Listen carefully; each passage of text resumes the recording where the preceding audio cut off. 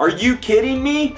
Everything we knew about the NLL was completely wrong. If you watched any of those games last weekend, what happened? Are you serious? Every team, first place, whatever, that's the poll for the week.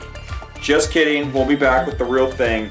But for now, we're going to show you the highlights of each and every game and talk about what you missed or probably what you saw because it was so hard to wrap your mind around it. So here we go. First things first, Nighthawks Bandits Game 1. Bandits take it 13-9.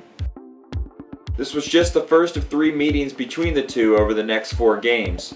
A classic Cosmo versus Vince matchup. Still dealing with injuries and the outsourcing of Keogh, the Nighthawks were trying to claim an identity heading into the weekend. Rookie Kyle Jackson is really doing his thing to pull Rochester together. What excites me most is the hat trick from Dan Dawson. The quarterback of this offense, Dan's been leading through assists this season, and it's awesome to see the big man put up 7 points despite the loss. An early tilt out of frustration between heavyweights Steve Priolo and Andrew Suter would ignite another fire in Banditland. Let's watch the big fellas get after it.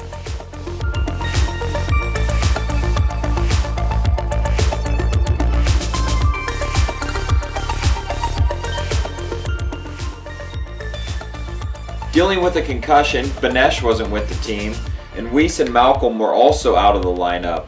They also scratched Blaze this week to make room for lefty Pat Saunders in from New England. Saunders got his first goal in Banditland in the second quarter and finished with 2 goals and 2 assists. Brad Self also picked up a lot of the slack, racking up 3 goals and 3 assists against his former squad. Leading the offense, Dane Smith and Alex Keto Hill matched for a pair of goals and combined for 9 assists. Just about everyone who should have scored a goal did for Buffalo on Friday. Game number 2, the showdown between New England and Toronto would turn into something serious. Without Sean Evans and Pat Saunders on the lefty side, we expected some stutters as the Black Wolves looked to figure out the offense. Defenseman Bill O'Brien is also out of the lineup for a couple games after an illegal check last weekend. So who else would it be other than American Kevin Buchanan taking over and putting up 4 goals of his own along with 3 helpers. 2 straight losses in a row for the Rock have us scratching our heads, as the Wolves' defense had them scrambled and unable to put together a lot in the 5-on-5 for a good chunk of the game. On the opposite end, Nick Rose had a strong showing, but his team wasn't working the offensive magic they've been accustomed to. The game would be broken up with a quick throwdown between Phil Caputo and Sheldon Burns to wake up the Air Canada Center. Aggressive in and out of the crease, netminder Evan Kirk was a stone wall most of the game between the irons, stopping nearly 84% of what was thrown at him. Captain Brody Merrill would bury it by himself to take a late lead, but an even later strike from Bucky would force the OT.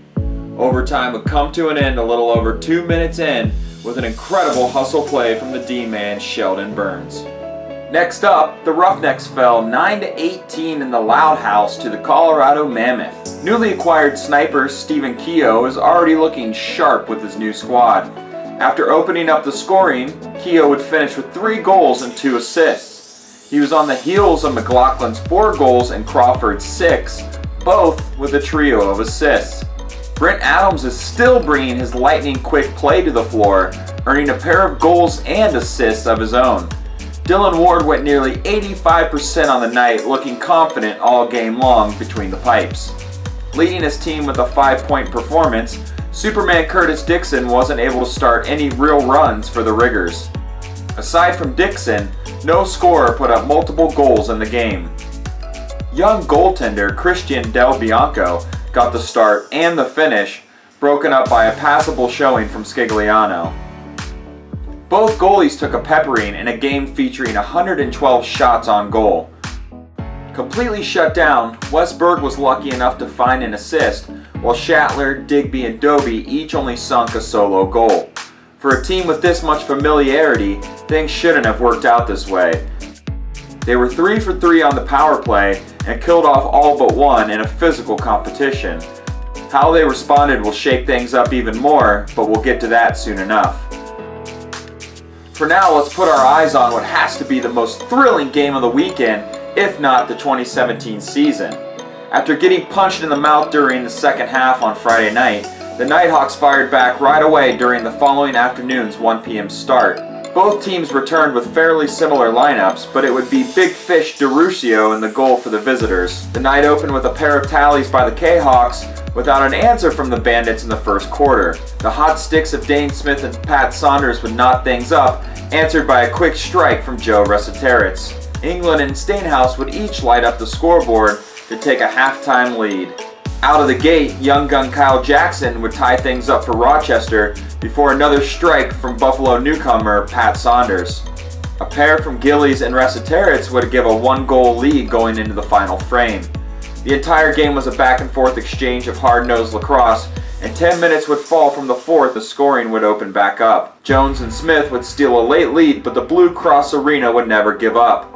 Vitarelli showed up huge to score an electrifying goal before silenced by another lead-grabbing strike from Smith just 10 seconds later. The ceiling almost came down when the Hawks stole the ball back from Smith in transition in the final moments, throwing a prayer up to Josh Courier as he would bury it with only 3 seconds left to force the overtime. Who else would strap up the backpack and finish things off but big bad Dan Dawson? Ripping over the screen, DeRuscio never saw the shot coming, and when it hit twine, the Hawks had weekend revenge over their rivals. As I said earlier, the Roughnecks would get a chance to right the ship, but no one expected the turnaround to happen against the top-ranked Swarm, especially in a high-scoring affair with 29 goals scored. Calgary found a way to put the ball in the net a lot early.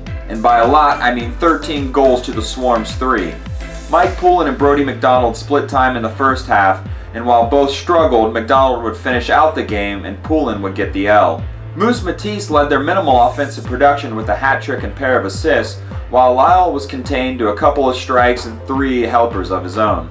After a mediocre first showing, Bob Snyder returned on Saturday to win 20 of 34 draws, creating much-needed possessions for the offense. The O returned the favor, with 4 guys putting up multiple points in the game, led by an astounding 7 connections from Dane Doby. Doby finished with 7 points, while Dixon got back in rhythm with 3 goals and 4 helpers. Jeff Shatler and Wes Berg stayed right on Dixon's heels with 6 points each of their own. Scigliano would get the call in the Saddle Dome and would answer by blocking 33 of 44 shots on goal. We have no idea how to read this Roughneck squad if they're going to continue this Jekyll and Hyde performances through the second half of the season. They're infamous for squeaking into the postseason, but if they play like they did on Saturday, they can be a wrecking ball in the West. They weren't the only team in the division getting their act together this weekend. It seems like practically out of nowhere Vancouver came to take down the rockin' and rolling Rush. Things didn't look good early when Saskatchewan stamped out 5 goals in the first quarter, but able to hold the visitors to 1 goal in the second frame, the Stealth slowly put the ball into the net until things were locked at 6s going into halftime.